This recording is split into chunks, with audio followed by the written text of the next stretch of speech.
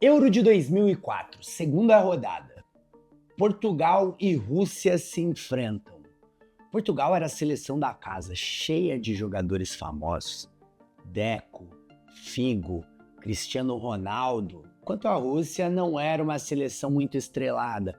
Mas tinha ali um jovem zagueiro promissor, um jogador polivalente, que podia jogar tanto na zaga quanto na lateral esquerda. Ótima saída de jogo. 23 anos, revelado pelo Torpedo Moscou. Seu nome, Alexei Bugaev. Alguém que era cotado para jogar nos grandes do país.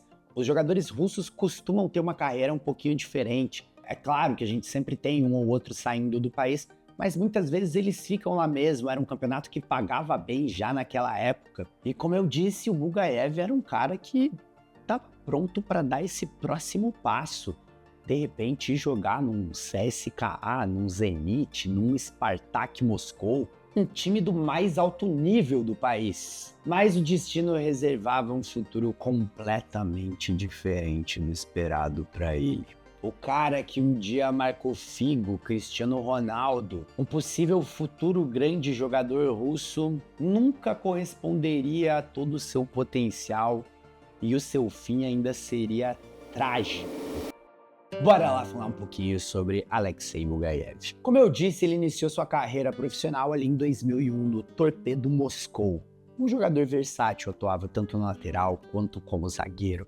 Impressionou treinadores locais, tanto que ele consegue ali logo cedo uma transferência para o Tomsk. O treinador que deu a primeira chance a ele no futebol profissional, Vitaly Shevchenko, lembrou em entrevista ao jornal russo Sport Express que o Bugaev era um cara que ganhava muitas bolas, então ele ganhava muitos duelos, marcava muito bem e ainda tinha a capacidade de iniciar muito bem os ataques. Ou seja, era um jogador que sabia marcar e um zagueiro que tinha qualidade na saída de jogo. Um zagueiro moderno já em 2001. Ele tem a sua primeira transferência para o Tomsk em 2002, mas em 2003 volta para o Torpedo Moscou. Continua se destacando no time que o revelou e em 2004 ganha a chance de jogar a Euro, que seria disputada em Portugal. A Rússia caiu num grupo que tinha Espanha, Portugal e Grécia. Essas duas últimas seleções, inclusive, fariam a final do torneio. A estreia da seleção russa foi contra a seleção espanhola. O Bugaev não jogou esse jogo.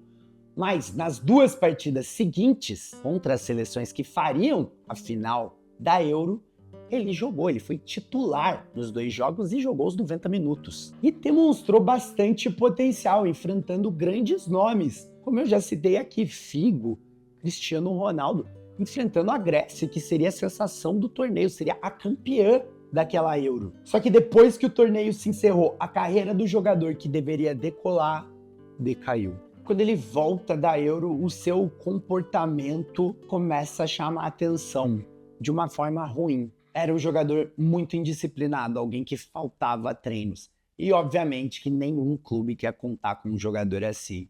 O Bugaev foi negociado com o Lokomotiv Moscou. E a partir daí ele passaria a rodar por vários clubes da Rússia. Lokomotiv, novamente o Tomsk, Khimki, Krasnodar, nunca conseguindo se firmar. Valery Petrakov, treinador que trabalhou com ele no Tomsk em 2006, disse em entrevista ao Guardian recentemente que o jogador era brilhante, ele tinha velocidade, ele tinha força, tinha um ótimo senso de posicionamento, porém ele tinha um problema com álcool e essa foi a desgraça da sua carreira aqui.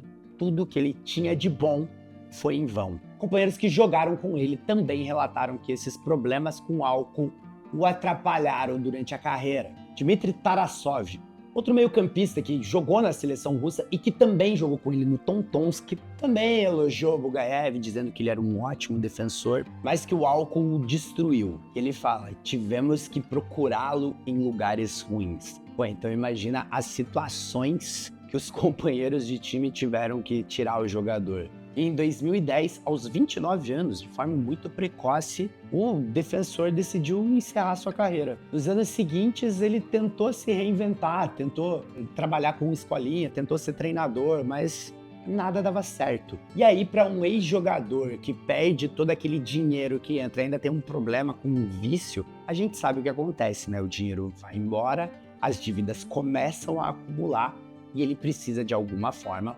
pagar, se sustentar, manter aquele vício. Foi então que o ex-jogador entrou pro crime.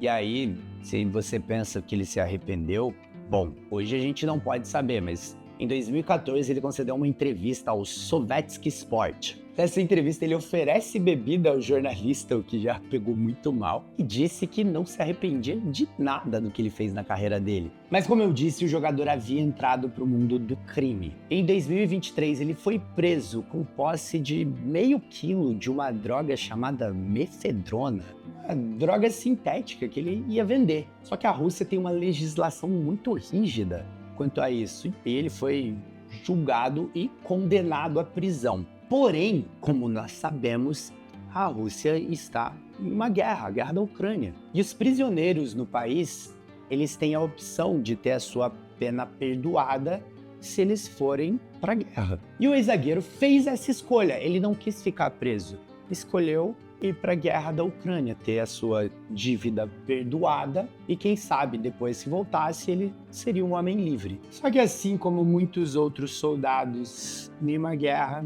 ele nunca voltou. No dia 29 de dezembro de 2024, o pai do ex-jogador confirmou a notícia de que ele havia morrido na guerra da Ucrânia, mas que devido à situação de combate, eles não conseguiram nem recuperar o corpo. Ou seja, pouco mais de 20 anos depois de ter marcado um dos maiores jogadores de todos os tempos e que ainda se encontra em atividade, a promessa russa que viu o vício destruir a sua carreira também viu esse vício acabar com a sua vida.